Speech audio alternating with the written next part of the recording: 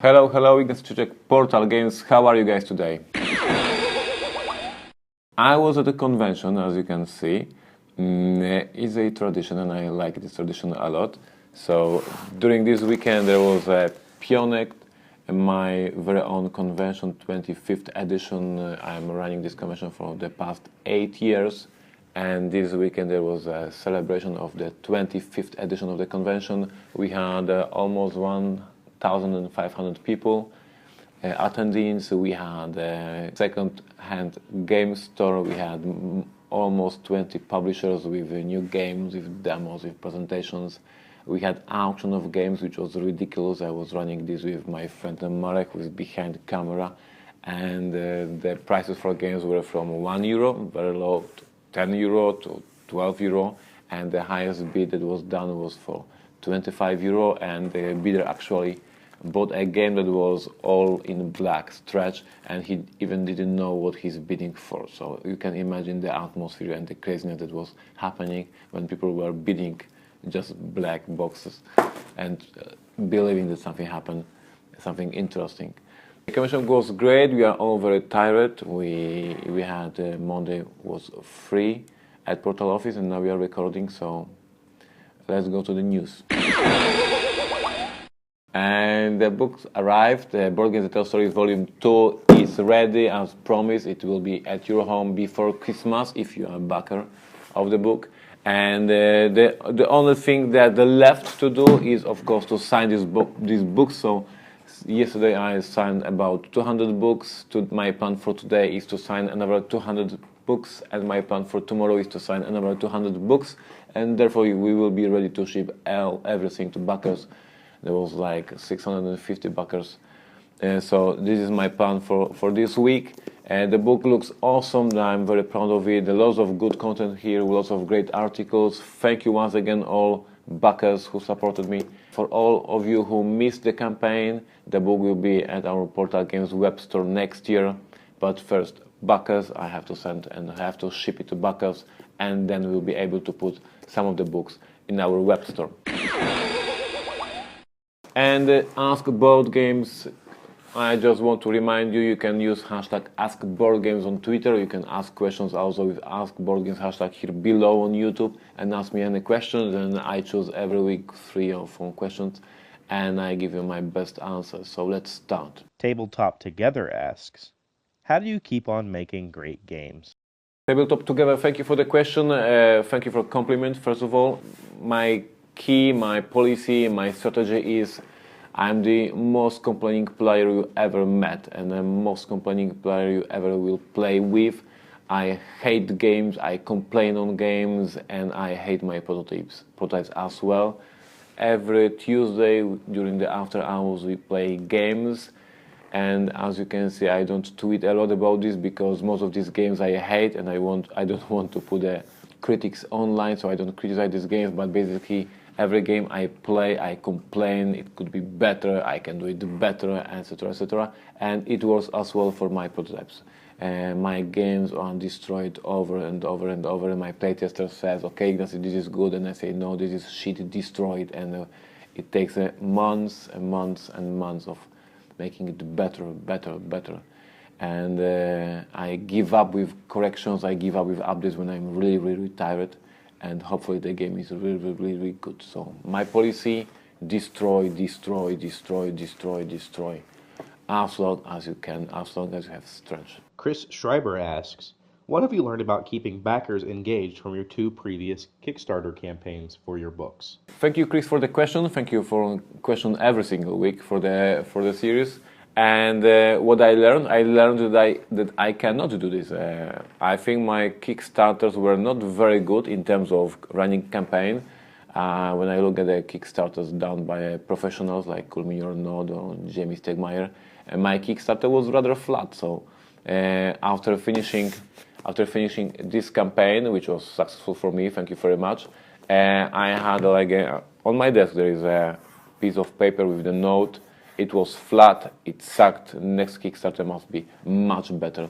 So actually it's pretty hard to achieve to run exciting Kickstarter for a couple of weeks and to make exciting updates and to surprise backers and to give some additional content that is interesting. And to be honest, I don't have a good answer. I think I sucked. I think it was not a very good campaign. Luckily, I was lucky to have you guys who just like my games and like my blog and decided to support me, even though the campaign was not that good actually. So my question is to you: how you make interesting Kickstarter and what I could improve, because I was not satisfied with my campaigns. Ben Nicholson asks, what's your favorite game to play with Mary over the holiday season? Chris Schreiber asks, what have you learned about keeping backers engaged from your 2 previous Kickstarter campaigns for your books? Ben, the Christmas are coming, and yes, we will be playing with Mary a couple of games and hopefully not too many prototypes. And I'm waiting for weeks already to play Lewis and Clark, which is one of my favorite games, the game that I don't play that much as I would like to play. And that's planned for the Christmas. Lewis and Clark, me winning against Mary one time, second time, third time, fourth time. I'm destroying her, and that's the plan, Lewis and Clark. And perhaps we will also play some war games, because I have a collection of war games from GMT. And Mary is so nice and so kind that she agrees to play with me my war games. So probably we'll play some maneuver or commands and colors or something else. Yes, my plan for Christmas is to play prototypes and to play some very, very good games. So Lewis and Clark, the first choice for me. Curdy asks, what design are you most proud of? 51st State, which was first, or the newer Imperial Settlers? Curdy, this is a very bad question. Do not ask me such questions. I cannot tell you if I like 51st State or Imperial Settlers better, because they are both my kids and I love them both equally. And I don't know. I see problems with 51st State and some things that I would like to change. I see problems with Imperial Settlers and things that I would like to change. I know that Imperial Settlers brought me a huge success, so I love this game a lot because it helped me develop company and grow Portal Games. 51st State, I'm now working on master set, and I believe it will be very, very good game, and it will be released next year. So at this very moment, I like 51st State a little bit better, because this is something I work on right now. But basically, I love all my kids, I love all my games, and I am not able to choose one of them. I'm sorry, I'm dodging, I'm not answering your questions, I know that, but this question was very, very difficult. Thank you, guys. Hey everybody, it's Chevy. Welcome back. Another week on the web has happened. Last week, Board Games Insider episode 18. Finally out, Steven and Ignacy recovered from BGG-Con. In this episode, they discuss Gen Con's expansion,